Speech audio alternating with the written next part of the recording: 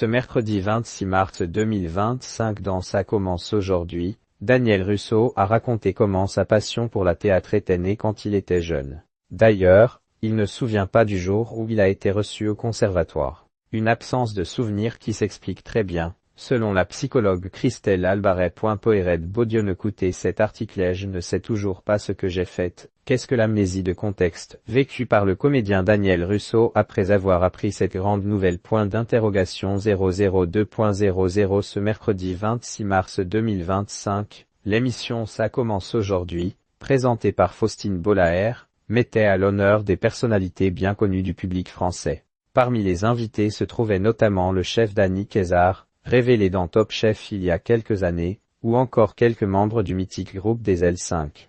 Mais c'est tout d'abord Daniel Russo, comédien de renom, qui a ému l'animatrice lors de sa prise de parole. Destiné à devenir dessinateur, il avait notamment fait l'école Boulle, un établissement d'art appliqué. Daniel Russo s'est finalement décidé à faire de la scène.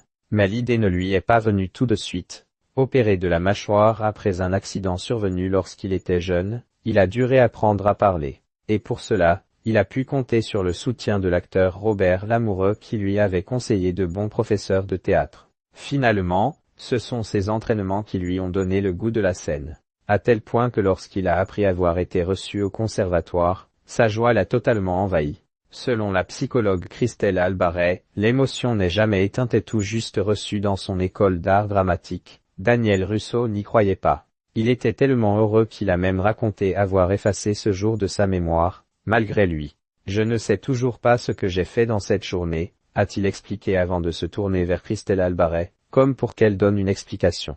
Et en effet, la psychologue a indiqué que le futur comédien à l'époque avait vécu ce qu'on appelle une amnésie de contexte. Concrètement, lorsqu'une émotion, qu'elle soit positive ou négative, est tellement forte, le cerveau la refoule en arrière-plan, et ce, pour que vous arriviez à gérer l'émotion qui est là sur le moment, a expliqué la spécialiste. Néanmoins, ce n'est pas parce que cette émotion forte a été mise de côté pendant quelque temps qu'elle n'existe plus. Par contre, elle n'est jamais éteinte, a en effet précisé la psychopraticienne. En réalité, cette émotion revient plus tard. C'est pour cela que, bien souvent, nous avons besoin de quelques heures, voire quelques jours, pour encaisser une nouvelle inédite,